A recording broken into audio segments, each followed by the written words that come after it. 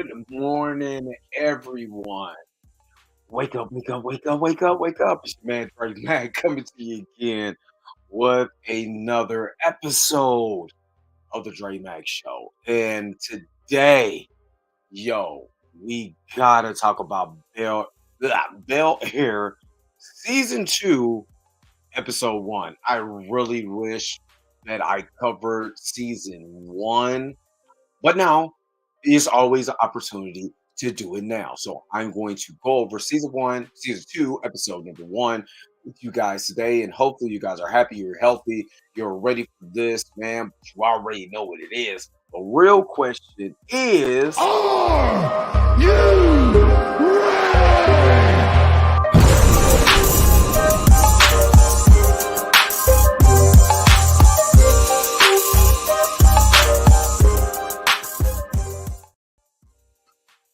all right, let's go ahead and get it done.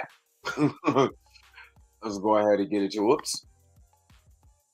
Oh man, hopefully you guys are good, man. Hopefully you guys are good. I want to pull up a little bit of information or whatever to go with you. Um, again, we're gonna go over Bel Air, Bel Air, season two, episode number one.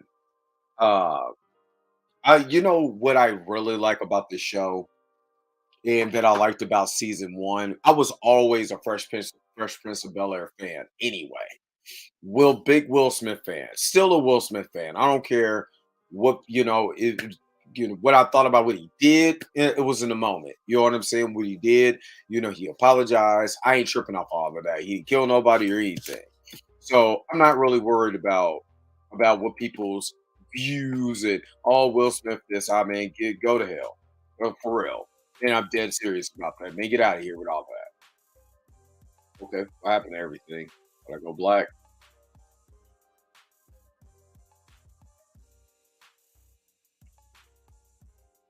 Huh.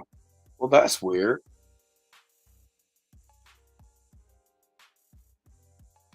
I can hear it, but I can't see it.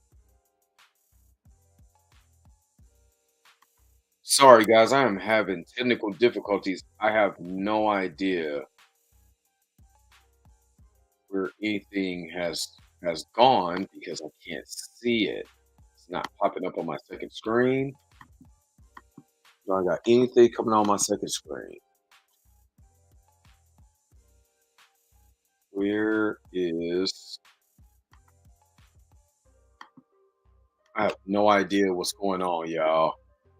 Uh, bear with me because I can't see my screen. I can't see StreamYard. I can't see any. I don't know where any of my stuff went.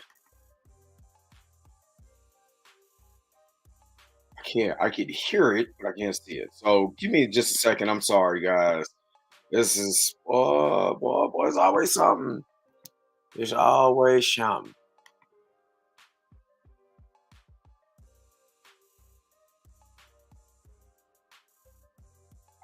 Like I said, I can hear it, but where the heck is it?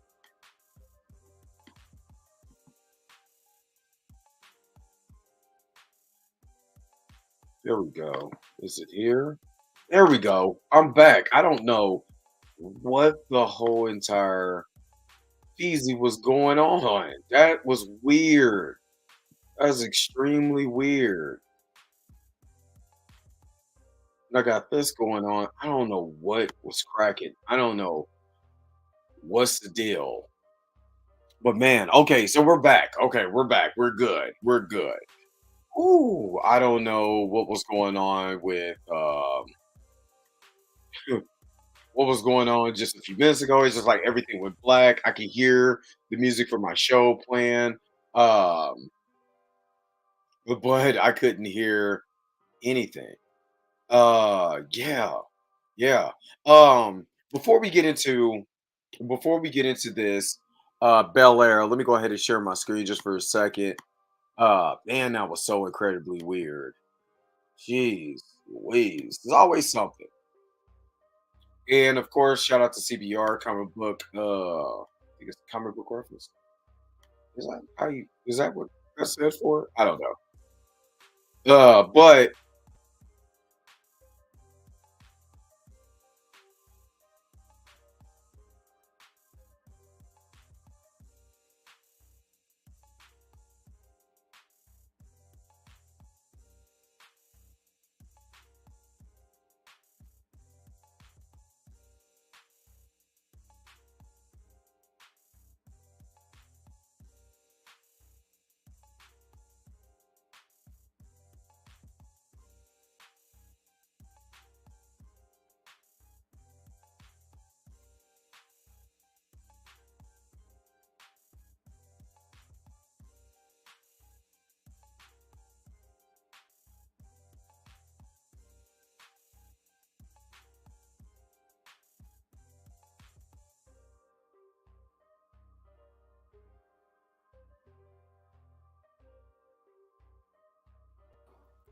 yo, I have no idea what's going on. It's like literally StreamYard, the internet, whatever is going on is extremely weird right now. Extremely weird. All I was trying to do is just share my screen, and this thing started tripping. Like I don't know what's going on. Like this is ridiculous. Golly. I wanted to share. I don't know if you guys are Umbrella fans, but Umbrella Academy season 4 asked Nick Offerman and Megan Mully to the cast. I don't know if you guys are Umbrella fans of Umbrella Academy. I watched Umbrella season 1 through 3. I'm probably if they when they come back out, I'm probably going to cover that. The boys, but this just talks about how they're adding this to the cast of Umbrella Academy. It just says Melanie revealed that she and her real life husband Offerman will appear in Umbrella Academy uh, fourth and final season. This is the final season of Umbrella Academy. And in an interview with ET, Nick and I portrayed a mild-mannered married couple named Gene and Jean, which is creepy. Just college professors. She said, "I mean, the deal's not quite closed, but let's just pretend it is." Mullany added that she and Offerman were are scheduled to begin shooting the season Umbrella season 4 in a couple weeks. So that's awesome for them. I'm a big fan of Umbrella Academy. I think the show is neat. It's awesome. You know what I mean? So that's actually pretty cool to be able to get Umbrella Academy season 4 underway. Like I said, I'm a fan of that show. I know a lot of people may not be fans of that show, but most definitely I am. So I think my internet is just being super trash right now. I really believe that's why I'm having some issues with what's going on there. So while this is going on, um, let me just do this. Let's get to Bel Air. Let's get to Bel Air. Let's get to the show before this thing does anything else weird. All right. So if you know about the show again, what I was saying before everything went wild and wacky around here, just crazy things. Okay. Bel Air is a show based on the 1990s or 1990s hit Fresh Prince of Bel Air, starring Will Smith. And this is a dramatization take on that show. So since we're in the multiverse, I want to say this is the multiverse where everything ain't a comedy that has a little bit of real life truth into it. This is a drama that might have a hint of comedy in it. This is most definitely a drama, and it was developed by Morgan Cooper, Malcolm Spell, T.J. Bradley Brady. I'm sorry, and Rashid Newson. Now, I want to say Morgan Cooper, if I'm not mistaken, Morgan Cooper is the one who created basically went and shot a short film version of what Bel Air, Fresh Prince of Bel Air could look like in a real life dramatization type of show. And that kid is from Kansas City, so shout out to him. Um, went on and did it for YouTube, and got to the eyes of Will Smith. Will Smith said, "Hey, let's get in contact. Let's get this thing started." And bam, got started and got off the ground. And last year we got season one, which is phenomenal. This is just from the wiki page, so let me just kind of just read a little bit. It's a reimagined version of the sitcom The Fresh Prince of Bel-Air. It is based on Cooper's short film of the same name. And it stars Jabari Banks as Will Smith, Adrian Holmes, Cassandra Freeman, Ali Sholotan, Coco Jones. Hmm. Oh, Coco. Okay. Akari Akbar, Jimmy Akingbola, Jordan L. Jones, Simone Joy Jones. The series premiered on Peacock on February 13th, 2022. This is the 1 year anniversary. Basically, after a year and some change, we finally got it February 2023 on season two. Uh, and it is awesome. And the premise of the show is just the series just follows Will Smith's complicated journey from the streets of West Philadelphia to the gates of mansion of Bel-Air. It dives deep into racial tension, cultural shock, and black excellence. And that last part is why I absolutely love the show. And again, let me get a little bit of this coffee here. Let me get a little bit of this. Let me see. Shout out to Popcorn and Your Beer for the actual mug. When you come out of winter, you get mugged. But no, I'm just playing, man. Shout out to Popcorn and Your Beard. They sent me this mug today, so I am drinking my coffee out of it. Shout out to the whole team: Rashad, Mo, Duke, um, is Ken and Mika G, which always taps in with us. Um, my bad. I'm getting all this crap. What the fuck? What's going on? I am waiting like a dude waiting on his chance, but ain't Viv. And let's let me get a little bit of this. Let me get a little bit of this now. Now I'm ready to go. Man, you know what? I got Mortal Kombat playing. Or whatever else plays through the arcade. But what I like about the show, number one, the main reason why I could not wait when I seen that Bel Air was coming back was it does show black excellence. And I am the type of guy who I mean, I guess I grew up in a generation where we seen Belly and Shadas and all this other stuff. Don't Minister Minister Society South Central. Oh shit,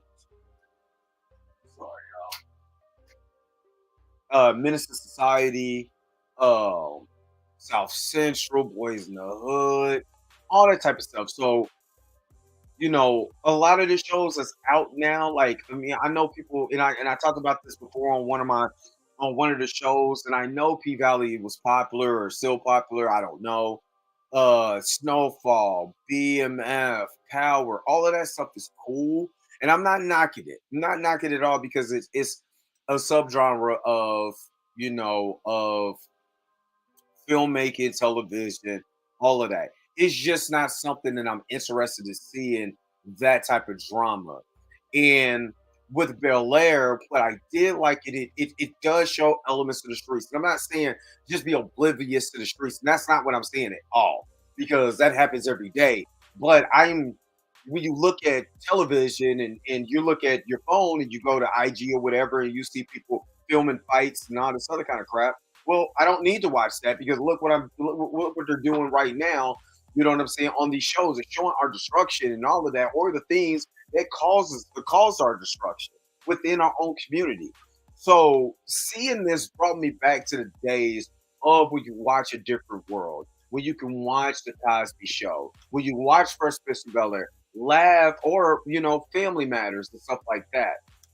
And you can watch these shows and they talk about these elements. They talk about these type of things, but it's not the main focus. It's not like we gotta just be in the hood. We are better than that. And they're showing a family like, you know what I'm saying, the Uncle Phil, Uncle Phil's family that was different from that.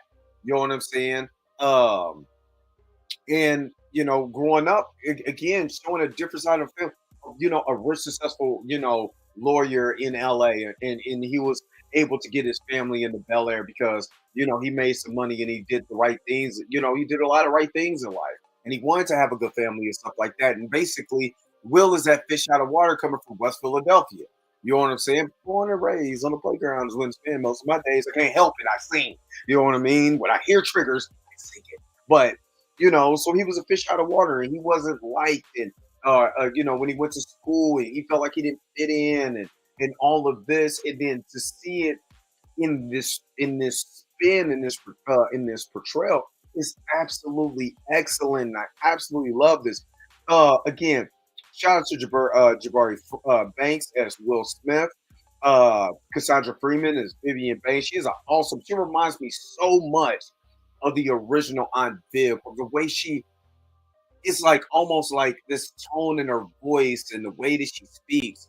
I love the way that she comes across with this regal, almost like Michelle Obama, like type of elegance that she walks around. It's just regal. Um, Jimmy Akingbola as Jeffrey, as the in the television show he was the butler. In this one, he's more of like the house manager of the banks. You know what I'm saying? Originally from Jamaica, moving to London as a child, and he's one of the people that I would love to see move from the small screen over. Like I'm gonna be honest with you, I would have loved for him to be in Black Panther. Like I could see him as like if they're doing a past movie, I could see him as Bashanga. I could have seen him literally, as T'Challa's uncle, Azuri. So I'm not just in the portrayal or whatever, but in the actual Black Panther comics, Azuri was the uncle and the Black Panther. You know what I'm saying? Until T'Challa took over the reins, he actually defeated his uncle to become Black Panther. You know what I'm saying? A ruler of Wakanda because his uncle didn't want to do anything like politics. You know what I mean? So I can actually see him, and hopefully he gets out of the little screen, the small screen, and jumps up to that big screen because he's a phenomenal talent. Good morning, Mika G. Hey, I want to say, Mika G and Popcorn in Your Beard, shout out to you guys because I have my own mug now for Popcorn in Your Beard. And now, not only do I have popcorn in my beard, I also have a good cup of Joe right in my beard. So shout out to you guys and shout out to the winners, you know what I'm saying, on those Saturday game shows like me. Nah, I'm just playing. Mm, that is amazing. Oh man, I love hazelnut. But but nah, shout out to you guys on Popcorn in Your Beard. Shout out to Blues House Live. Y'all are doing amazing things. You know what I'm saying? Blessings, blessings, blessings to you guys. You know what I mean? Just blessings to you guys. I appreciate y'all opening up to me and with open arms. So this is this guy. You know what I mean? So Oli Sholatan as Carlton Banks. Now, I got to give a shout out to this brother, the brother who plays Carlton Banks, Oli, because we come from a gang. Let me just pull this back. We come from the Big Forehead gang. You know what I mean? So shout out to my brother representing the Big Forehead gang. You know what I'm saying? But his character, his Carlton in the show was very much in the original adaptation of the show was, you know, they would call him a sellout or whatever. He just like different type of things because the way he grew up, he talked a little bit more proper. You know what I'm saying? He liked Barry Manilow. It's not unusual to be loved by anyone. And ain't nothing wrong with that. You know what I'm saying? And I'm glad the progression of his character throughout the years. You know what I'm saying? But he was just what we would call in the hood square. You know what I'm saying? But nothing was wrong with that. And I love that they kept that aspect of his character, but also gave him some weaknesses and stuff like that that we wouldn't have got in the original show, like him having anxiety and he crushing up his pills and snorting up, his pills to deal with his anxiety. And as a person that deals with anxiety myself, I most definitely understood a lot of the struggles that this brother had, especially when you don't feel adequate and the world is falling on your shoulders. So shout out to him for portraying this character in such a beautiful and loving light. Coco Jones. Okay. All right. Coco Jones is Hillary Banks. He's a in the original show, Hillary was, daddy's girl, rich girl, give me some money, let me go shopping, da da da da. Da. In this, in the reimagining of this, she's a social media influencer, excellent chef, she cooked. You know what I'm saying? And the eldest child of Ib and Phil, and Will's cousin, Akuri Akbar is Ashley Banks. You know what I'm saying? 12-year-old youngest child. Actually, in this episode, which I'm going to get to in just a second, but in this episode, we actually got the multiverse. Like I said, this is to me is like a multiverse. You have the multiverse version of Hillary Banks in this continuity, meeting the original Ashley Banks at her school. Absolutely. Oh my God, this show is just so amazing. I absolutely love it. Simon Jones as Lisa Wilkes, and it's Simone Joy Jones. Sorry about that. As Lisa Wilkes. And it was funny is that Lisa was towards the end of the season. I think the original Lisa was played by Nia Long. In this one, you understand she's more of a defined character, and I absolutely love that because you get some emotional tones between her and Will. You know what I'm saying, and her and Carlton. So you got that, which you didn't get in the original show. You know what I mean? So, and we had some guest appearances um, in last season with Marlon Wayans coming in as Lou. You know what I'm saying? The father. We all know that episode is one of the best episodes in television history. You know what I'm saying? Why you love me, man? You know what I'm saying? Very strong, very strong. And that was the point we knew that Will we already knew Will was going to be a star. But when I remember growing up and seeing that episode, live when it happened, I already knew Will Smith was going to be a superstar. You know what I mean? So Daphne Maxwell Reed has came in, multiverse, boom. You know what I'm saying? She was the original. She was the second Aunt Viv in the show. Her name, Watson Johnson, was Helen. Um, she was Vi, you know what I'm saying, Will's mother in the original series. Like I said, Marlon Wayans, and then Tatiana Ali came in as Mrs. Hughes. She's a English teacher in this series. So let me kind of give you a synopsis of season two, and this was the fresh start. And basically, in this episode, Will is living with Jazz at this time. And shout out to the brother that plays Jazz too. You know what I mean? Gives me so much of the original Jazz, DJ Jazzy Jeff. Gives me a lot of his vibes. Real cool, laid back brother and stuff like that. He's living with him at this time. It's been a couple weeks. And this time, Will is actually hustling to be to get money. He's hustling, playing basketball. Same thing that he was doing in West Philly that got him caught up in trouble and all of that anyway. So they're basically just kicking and stuff like that. And and Jazz is a really good friend. I'm glad that because Will Smith and DJ Jesse Jeff was real life best friends. You know what I mean? Parents just don't understand and all of that. He was a DJ, he was a rapper. You know what I mean? So they're real life best friends, and it's great to see this portrayal. And Jabari Banks has that tone of a young Will Smith. He doesn't just go over the top. You know what I'm saying? But some of the tone and some of the things that he does reminds me a lot of Will Smith. So, he's just telling him like, hey, I know you're doing your thing, you're sleeping on my couch and all of that. You thought about going back home and mending fists with your uncle. In last season, Will found out about Lou, you know what I'm saying, his father, um, Uncle Phil and Aunt Viv kind of lied and dangled the story or whatever. But Lou wasn't a good guy. You know what I'm saying? And Will had to find out about his daddy for himself. So he found out for himself, and he found out how they hid a lot of stuff from him. They could have just told him, "Hey, this is just how this guy is." Now it's up to you to, if you want to mend fists or find out about this guy. But hey, I wouldn't take it for a grain of salt. They didn't do that. They had a lot of stuff from me. Went to Jeffrey. Jeffrey is like basically that man and that brother is everything. You know what I mean? If you need a spy, you need a chef, you know what I mean, somebody to watch your house and get some information and tune somebody up. That's your guy. G is a mechanic out here. And I ain't talking about fixing on cars. He is a mechanic. Now, they go, you know what I'm saying? So they kind of come to this realization that, hey, Will, just I know you got things that you're trying to do, man, but at least just think about it. You know what I mean? So, he goes in the car, he's hanging with Carlton, they driving around and stuff like that. He ends up paying Carlton back. Carlton's like, yo, where do you get this cash from? Oh man, I've been just, hustling hoops. You know how I do. I'm just making a little cash. He like, yo, the same thing that got you in this situation in the first place for West Philly.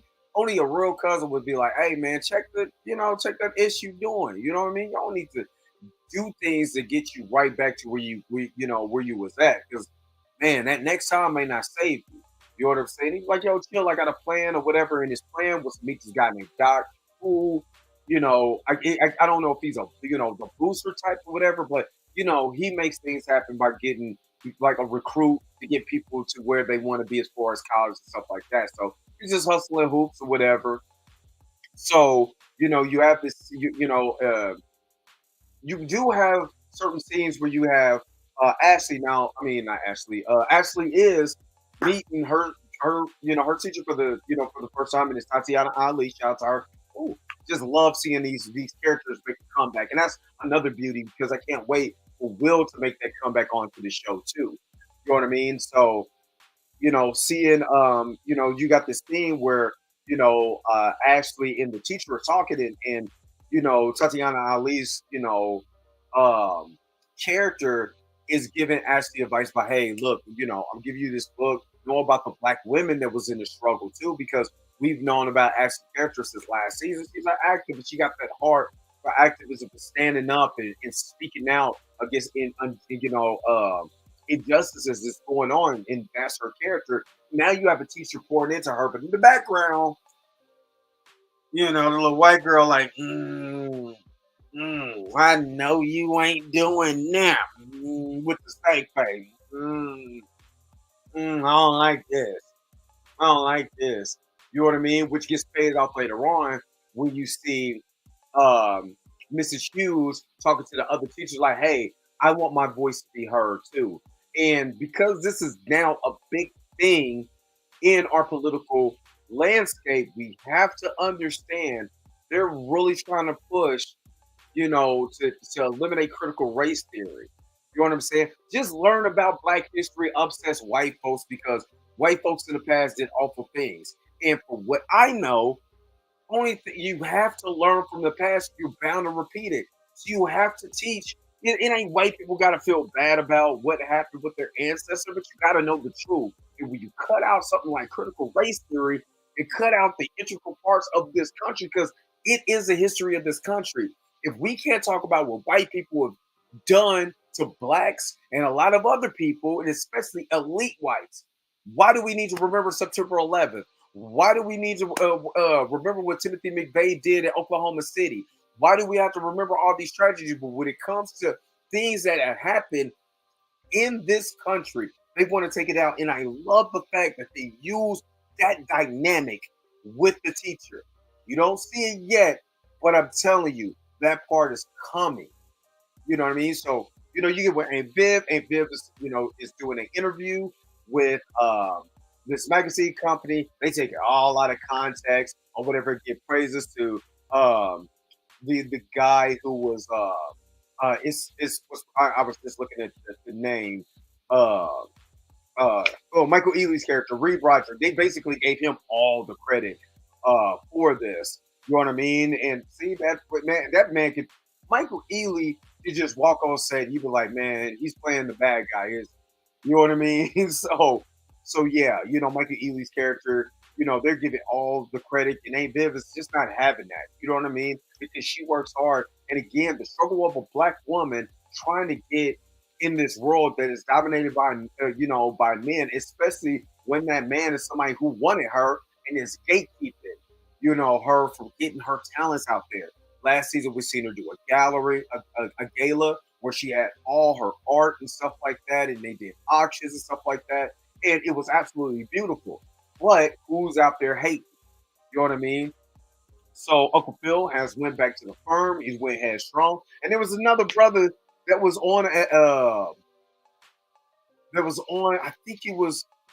Yeah, the brother that's in there. If you go, I mean, I'm telling you, go back watch the scene when Uncle Phil goes back to the firm. The brother that he's talking to is the buff dude whose earring keeps changing in the episode of Martin when they brung in the stripper. And he was like, "Hey, little man, what's the problem?" He was like, "Little man." He was a little bitty short, cocky dude. That's him. He's the one who was talking to Uncle Phil in this episode. And he has a firm, it's a partnership, but even he was like, "We're surprised you even came back." You know what I'm saying? So reestablishing himself in there is, in this. You said Michael Ealy is always the heartthrob villain. Yeah. You know what I'm saying? Oh, pretty ass. Hmm. With the old pretty eyes. Now, if Michael Ealy was cockeyed, he wouldn't be no. Let me shut up. So you go into a scene because it's Ashley's birthday to celebrating her 13th birthday, and Will actually starts saying, "You know what? I'm gonna go ahead and go to Ashley's party. I already know that Uncle Phil's gonna be there. We just gonna talk it out. We gonna I'm willing to talk, but is he willing to make that move too? So Will goes out. Before he does that, they go out and they hustle. Basically, they know the guy Doc is going to be there, so he's like, okay, hey, you get a phone call. You got a phone call like, hey, yo, you need to be here in an hour. We're gonna have you playing, you know what I'm saying, one on one, but you gotta have to be there in an hour. So you get there, Doc is there. You try to introduce yourself. He was like, hey, yeah, time don't move like you. You know what I mean? So he goes and they're like, hey, you gotta wait your turn. He's like, dude, I gotta be, at Ashley's party in an hour. So they announced it like, hey, we're gonna do a one-on-one who wanna step up. And Phil's like, hey, get Big Willie style off with it, get jiggy with it. So he ended up playing this guy named Big Dre, which at first I thought it was gonna be Andre Drummond. You know what I'm saying? But it was a big tall dude or whatever. You know what I'm saying? Got like the first 4 points on his body in him and all of that, but body in him and somehow I didn't see the part where he missed or whatever or whatever happened, but Will end up getting the ball, showing his skills. You know what I'm saying? A rowdy dude after that. You know what I'm saying? Made him look still. His ankles are still out there on the court somewhere. You know what I mean? So uh, he wins, gets Doc's attention, but not his total attention immediately. But he already knew who he was. You know what I'm saying? Like basically, I'll keep in touch. You know what I'm saying? So we get to the party now. In the midst of this, Will gets back there, and I almost forgot about this. I don't know if you guys caught this, but the part that when Will got back to school, and basically, they're starting their partnership. Something that was really hinted on and really explored uh, in the original television show of basically the Will and Carlton dynamic. And they're basically Batman and Robin. You know what I'm saying? They're tag team partners and stuff like that. So they go into Will makes it because he see this young lady and she's checking out Carlton or whatever. You know what I'm saying? And he was like, man, I gotta wait for you to meet her because he was like, we ain't even in the same class. Yeah, I see her, but I can't talk to her. We ain't in the same class. All right, man, skip that. I gotta wait. So they go to basically the Black Student Union. You know what I'm saying? And they try to check Carlton on, oh man, you only came through here to get votes, and then after that you bounce. And everybody was like, that's how he did it. You know what I mean? And Carlton says something profound that I want a lot of people who complain, and this is the absolute truth. I did a lot of activism work when I was in college. Matter of fact, I started doing activism work when I was a junior in high school. After a good friend of mine, God rest your soul, Justin Stanley. Justin, after my friend Justin died and the way that he died, I decided to start stepping up and being a leader in my community at 17 years old, and I went out and I was with a group called STRAP, which is Students Together Rising Against Packing Pieces. You know what I'm saying? It was all in these community groups, working with the local PD. I got to meet the governor, all of this of Kansas. I mean, I'm really into this activism work. You know what I mean? And one thing that I saw a lot of, just to make a long story short, one thing I saw a lot of, we can go out there and protest. We can do all these things, to voice our opinions. But we never took the Black Panther approach. Everybody likes to glorify the Black Panthers.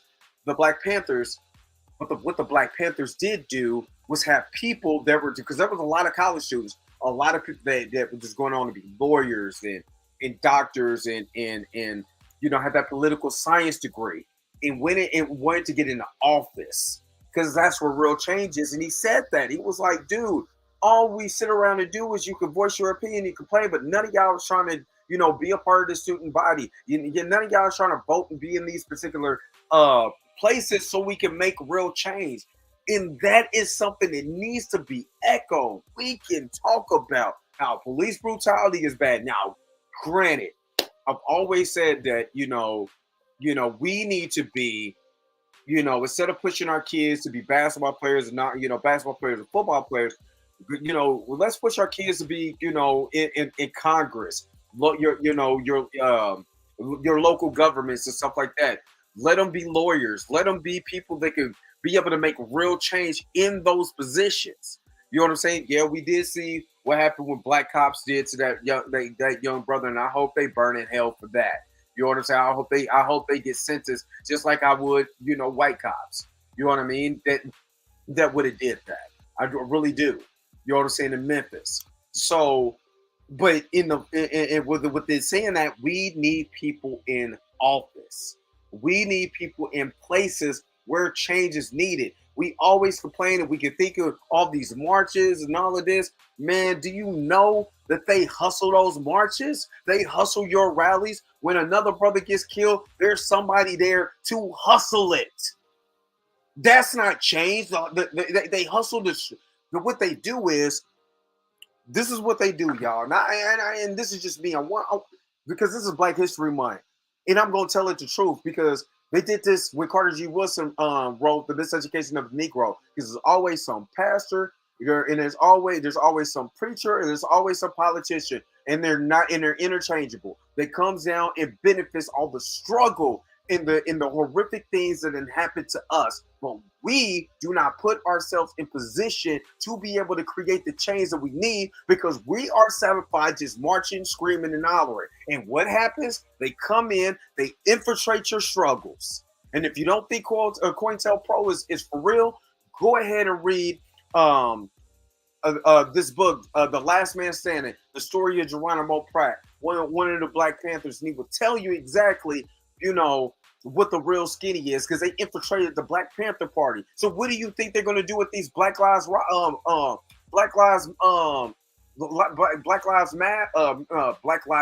rallies? That's what I wanted to say.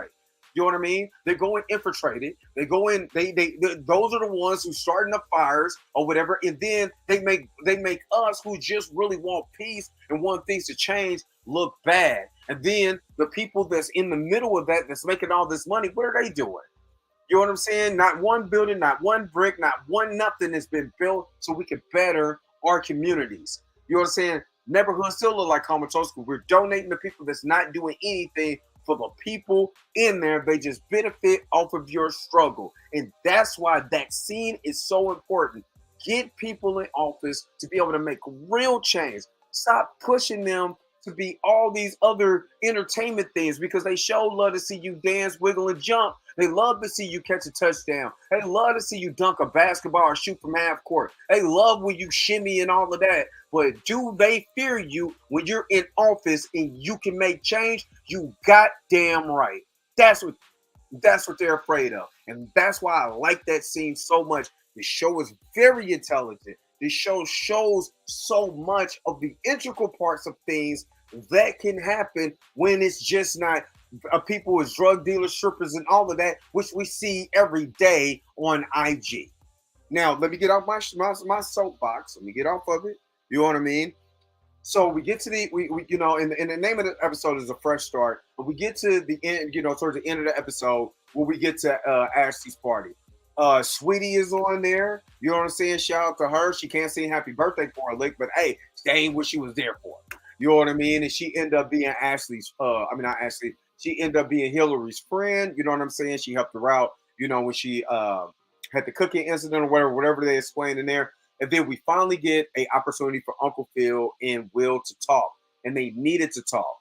You know what I mean? And sometimes us as the adults, sometimes we don't look at our children and actually say, I'm sorry. My bad. That's my fault. You know what I'm saying? I should have I should have looked at this a little bit differently. I should have, consulted you. There's things that I could have did better. You know what I mean? We don't do that as adults, and I'm so glad that they put that in there to allow him to be vulnerable and say, "Man, I'm stubborn. I'm sorry. I just wanted to protect you." And sometimes we think hiding the truth is protection, and sometimes the truth, even though it hurts, is the greatest strength for our children. So I love the fact that they did that. And seeing a black man of prestige on film is still 10 times better than the neighborhood dope man that's running a record company. I'm sorry. It just that's the way I feel. You know what I mean? As far as those shows. To me, that's black exploitation one on one again. But what do I know? I'm just a guy behind the camera just want to get my YouTube cracking.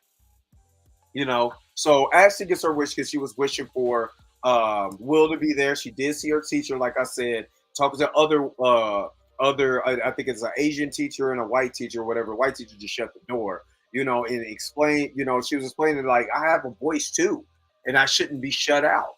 You know what I mean? So, she gets to her party. She was like, I just wish Will was here. You know what I'm saying? Will gets there. They have a good time. Like I said, Sweetie was there. Uh, Will gets to talk to Uncle Phil. Oh, I forgot about this one. Jazz and Hillary.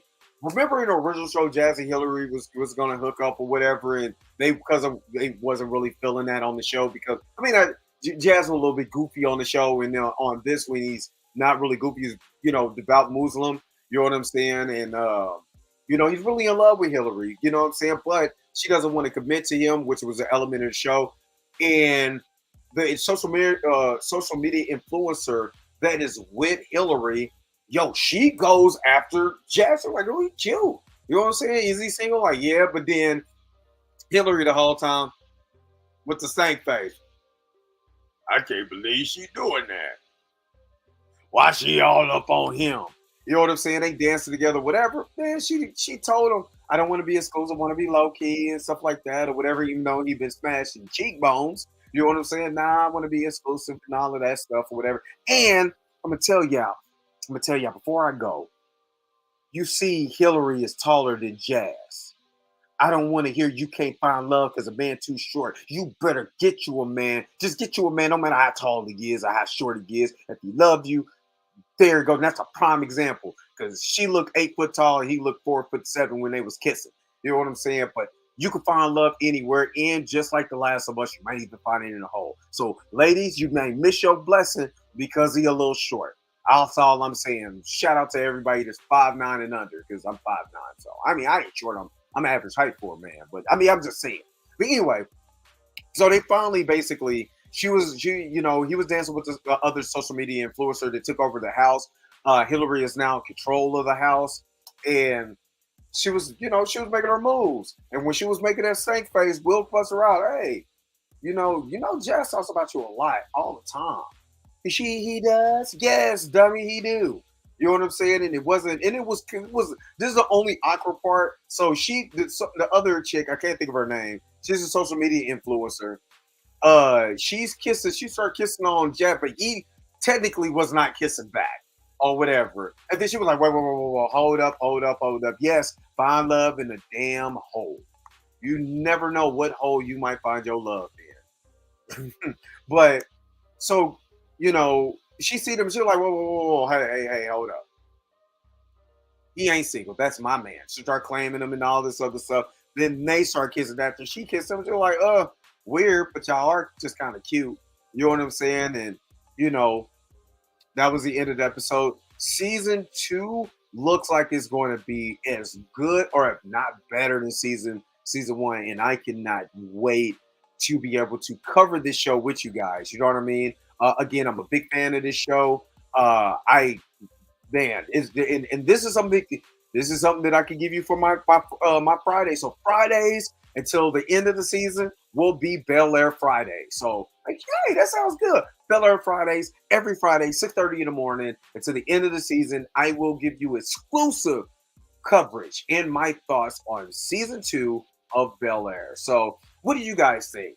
Make sure to like, share, subscribe. Make sure you hit the bell notification so you never miss one of my episodes. Make sure you give this video a thumbs up. That's all I care about is a thumbs up. And shout out to my new followers. If this is the first time you check it out, hopefully you enjoyed yourself. You know, I try to make it funny, try to have a little fun around here. You know what I mean? But, you know, hey, you know, it is what it is. But until next time, you already know what it is. Peace and Vibe higher. Shout out to the Big Forehead gang, Carlton. If you came to this portion of the video, thank you so very much for sticking around for the entirety of the video. Don't forget to like, share, and subscribe.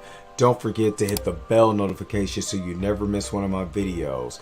And if you want to get a little more personal with me, hit me up on my Instagram, hit me up on Twitter, or any of the social medias that you see below you. Until next time, I'll holler at you guys later. Peace and vibe higher.